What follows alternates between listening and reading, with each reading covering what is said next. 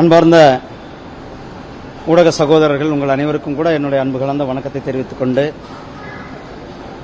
தமிழகமே எதிர்பார்த்து கொண்டிருக்கின்ற ஒரு மிகப்பெரிய வெற்றியை தேசிய ஜனநாயக கூட்டணி பெறப்போகிறது.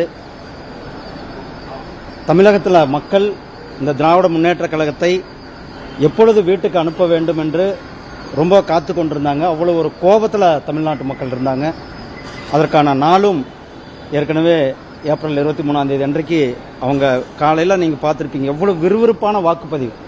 தமிழ்நாடு அரசியலில் இதுக்கு முன்னாடி இப்படி ஒரு வாக்குப்பதிவு நடந்ததே கிடையாது வரலாற்றில். அதுக்காக அந்த அளவுக்கு திமுக அரசாங்கத்தின் மேலே மக்களுக்கு ஒரு பெரிய கோபம், ஆதங்கம், வெறுப்பு, அந்த வெறுப்பினுடைய வெளிப்பாடை அவர்கள் காட்டியிருக்கிறாங்க. அதுதான் நம்ம 4 அன்றைக்கு மிகப்பெரிய ஒரு வெற்றி பெற்று தேசிய ஜனநாயக கூட்டணியானது மிகப்பெரிய ஒரு வெற்றி பெற்று தமிழ்நாட்டு மக்களுக்கு வளர்ச்சியை, டபுள் இன்ஜின் சர்க்கார் என்று சொல்லக்கூடிய மத்தியிலும் ஆட்சி, மாநிலத்திலும் ஆட்சி, அந்த ஒரு மிகப்பெரிய அளவில் வளர்ச்சிக்கு அடித்தளமிடுகின்ற ஆட்சியை தமிழக மக்கள் விரும்புகிறார்கள். எங்களுடைய தேசிய ஜனநாயக கூட்டணி மிகப்பெரிய பெரும்பான்மையோடு வெற்றி பெற்று ஆட்சி அமைக்கும். ஆனால் எக்ஸிட் போலில் நீங்கள் பார்த்துருப்பீங்க, பல எக்ஸிட் போலில் பல கருத்துக்கள் எங்களுடைய தேசிய ஜனநாயக கூட்டணி வெற்றி பெற்று ஆட்சி அமைக்கணும் தான் சொல்லியிருக்காங்க.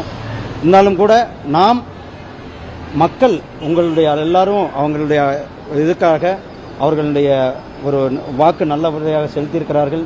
திமுக கிட்டிருந்து மாற்றத்தை வேண்டும் என்று அதை ஏப்ரல் 4 வரலும் நம்ம பொறுத்து தான் பார்க்க வேண்டும். பல நேரங்களில் எக்ஸிட் போலானது எப்படியெல்லாம் நடந்திருக்குன்றது தெரியும். எங்கள் ஹரியானாவில் ஆட்சியே வராதுன்னு சொன்னாங்க, மகாராஷ்டிராவில் ஆட்சியே வராதுன்னு சொன்னாங்க.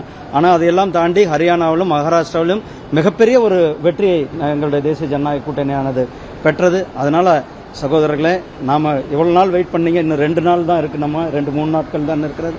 நாம் வெயிட் பண்ணுவோம். ஒரு மிகப்பெரிய ஒரு மாற்றம் ஏற்பட இருக்கிறது. தேசிய ஜனநாயக கூட்டணியானது ஆட்சி வர இருக்கிறது. நன்றி. முன்னாள் அமைச்சர் செந்தில் பாலாஜி மேல அந்த மின்மாற்றி வழக்கு சிபிஐக்கு மாற்றிருக்கிறாங்க. நீ பாருங்க, ஊழல்வாதிகள் எப்படி இங்க ஆதிக்கம் செலுத்தி கொண்டிருக்கிறார்கள் என்பது, இந்த தேர்தலில் கூட அவர்கள் எப்படி ஆதிக்கம் செலுத்தினார்கள் என்பதை பார்த்தோம். அதையெல்லாம் மக்கள் அவர்களெல்லாம் வீட்டுக்கு போக வேண்டும் என்று தான் மக்கள் விரும்பி திமுகவுக்கு எதிராக வாக்குகளை கொடுத்திருக்கிறார்கள். நிச்சயமாக சட்டம் தன்னுடைய கடமை செய்து கொண்டிருக்கிறது. நிச்சயமாக தவறு செய்தவர்கள் யாராக இருந்தாலும் கூட அவர்கள் மேல நடவடிக்கை எடுக்கப்பட வேண்டும் என்பது அதை எடுத்திருக்கிறாங்க. நன்றி அண்ணா. நன்றி.